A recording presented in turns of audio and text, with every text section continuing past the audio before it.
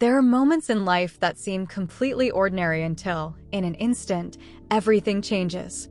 Looking back, I should have seen the signs, should have noticed the way he looked at me just a little too long, the way his words lingered in my mind long after he had spoken them.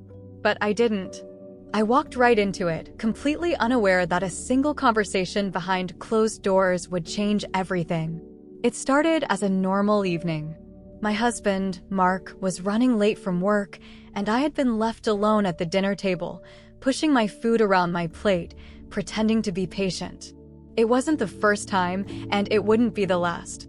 I had long since accepted that his career came first, even if it meant sitting alone in our quiet house, waiting.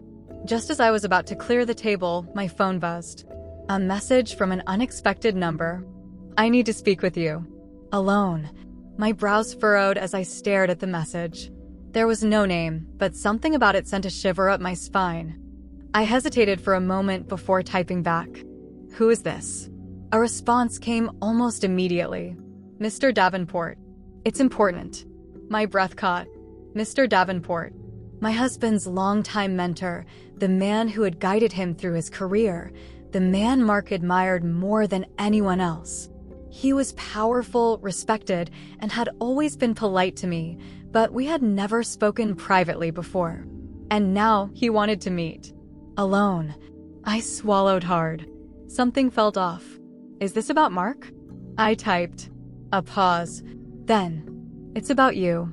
My fingers trembled slightly as I set the phone down. I knew I should ignore it, wait for Mark to get home and let him handle it. But something in my gut told me that wasn't an option. Whatever this was, it wasn't meant for my husband. It was meant for me. I took a deep breath and typed back. "Where?" "My office. 9 p.m. Don't tell Mark." The words sent a chill through me, but before I could question them, the screen went dark. By the time I arrived at his office, the building was nearly empty. The long hallways felt eerily quiet as my heels clicked against the polished floors, the sound echoing in the emptiness. I had been here before, of course, at company events, holiday parties, but never like this. Never alone. I hesitated outside his door, my heart pounding. I could still turn back.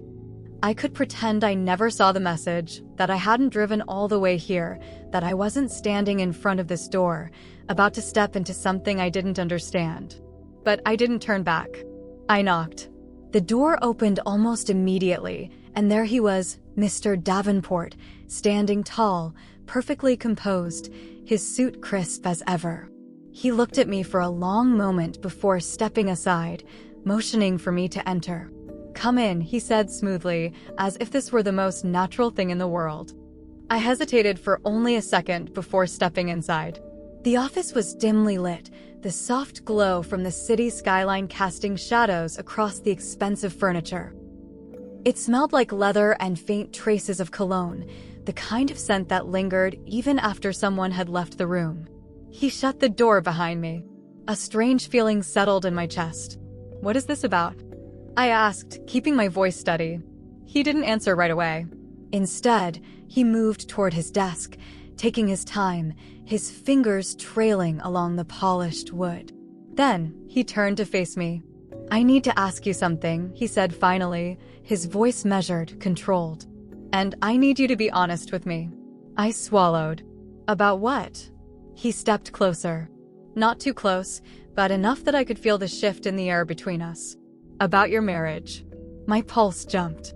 "What do you mean?" He studied me for a long moment before speaking again. "I've known Mark for years. I've watched him build his career, work his way up. I've seen the sacrifices he's made, and I've seen the ones you've made for him." I frowned, caught off guard. "I don't." "I need to know if you're happy," he interrupted, his voice softer now. "Truly happy." Something about the way he said it sent a shiver down my spine. I felt my mouth go dry. "Why does that matter?" His lips curved slightly, not quite a smile. "Because I see things others don't. I see when someone is pretending. And I don't think you've been honest with yourself for a long time." My stomach twisted. "You don't know me." "No," he admitted. "But I know people. And I know when someone is standing at a crossroads, unsure of which path to take." The room felt smaller now, the air heavier. I wanted to leave. I wanted to turn around and walk out the door, pretend none of this had ever happened. But something held me in place. "What are you trying to say?" I asked, my voice barely above a whisper. He exhaled, slow and deliberate. "I'm giving you an opportunity. A chance to step outside the life you've built and ask yourself if it's truly what you want." I shook my head, trying to clear the fog of confusion settling over me. "I don't understand." He took another step closer, his gaze unwavering. "I want you to think about it. Really think about it. And then, if you're ready, I want you to come back tomorrow night. Alone." The words sent a sharp jolt through me, my breath catching in my throat. I took a step back, my hand instinctively reaching for the door handle. I should go. He didn't stop me. "Of course." I turned the handle, stepping out into the hallway, my heartbeat hammering in my ears. I walked quickly, my heels clicking against the tile, my breath unsteady as I reached the elevator. As the doors closed behind me, I realized something that made my stomach twist even tighter. I wasn't sure if I was going to tell Mark. And worse, I wasn't sure if I was going to stay away. The elevator ride down felt endless, the soft hum of the machinery doing nothing to quiet the storm raging inside me. My mind replayed every word, every glance, every carefully measured pause in Mr. Davenport's voice. He hadn't explicitly said what he wanted, but I knew. I knew because I had felt the weight of his offer pressing against me, unspoken yet undeniable. I stepped out onto the street, the night air sharp against my skin, but even the cold couldn't shake the heat rising beneath my collar. I should have felt disgusted, angry, anything, but instead, all I felt was confusion. And that terrified me most of all. By the time I got home, the house was dark except for the soft glow from the living room. Mark was sitting on the couch, his tie loosened, his laptop open in front of him. He barely looked up as I entered. "Hey," he murmured, typing something quickly before closing the screen. "Where were you?" I hesitated. "Just out for a drive." He nodded absently. "Dinner's still in the fridge." That was it. No curiosity, no suspicion, just a routine acknowledgement of my absence. I stood there for a moment, staring at him, wondering how we had ended up like this, living parallel lives, coexisting without truly existing together. I should tell him, I thought. I should sit down and tell him everything. But I didn't. Instead, I just nodded. "Okay, thanks." The next day passed in a blur. I tried to focus on work, on errands, on anything except the lingering thought of Mr. Davenport's words. But no matter how hard I tried to push them away, they clung to me, whispering in the back of my mind, pulling me back to the moment I walked out of his office. By the evening, I had made up my mind. I needed answers. I found myself outside his office again at 9 p.m. sharp, my heart hammering against my ribs. I wasn't sure what I was doing, wasn't sure what I even wanted to hear, but I knew I couldn't leave things as they were. I knocked once. The door opened, and there he was, composed, expectant, as if he had known I would come. "I had a feeling you'd be back," he said smoothly, stepping aside to let me in. I entered, feeling the same weight settle over me as it had the night before. The office was dimly lit again, the atmosphere intentionally controlled, intimate in a way that made my skin prickle. I turned to face him. "Tell me the truth." He smiled slightly. "About what?" I swallowed hard. "About what you really want from me." He exhaled, his gaze steady. "Honesty. That's all. I want to know the real you, not the version you show the world. I want to know what you desire, what you fear. I want to offer you something your husband never will." A lump formed in my throat. "And what's that?" He took a step closer, his voice dropping to a whisper. "Freedom."